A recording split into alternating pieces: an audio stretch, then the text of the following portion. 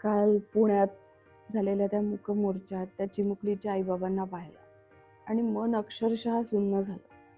त्यांच्या डोळ्यात अश्रू नव्हते, त्यांच्या आवाजात कुठलाही आक्रोश नव्हता, पण त्यांच्या चेहऱ्यावर दुःख इतकं खोल होतं की ते पाहताना माझे स्वतःचे शब्दही हरवून बसले.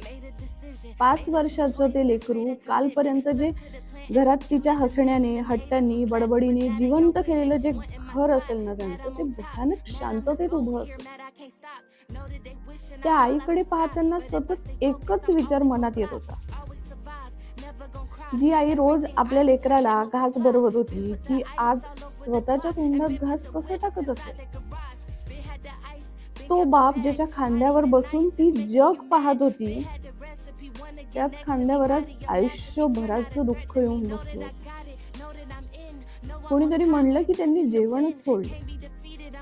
आणि खरं सांगायचं तर त्यात आश्चर्य काहीच नाही ना, कारण घरातलं लेकरू निघून गेल्यावर भूकही मरून जात असेलच बहुतेक. प्रत्येक घासासोबत तिची आठवण येतच असेल.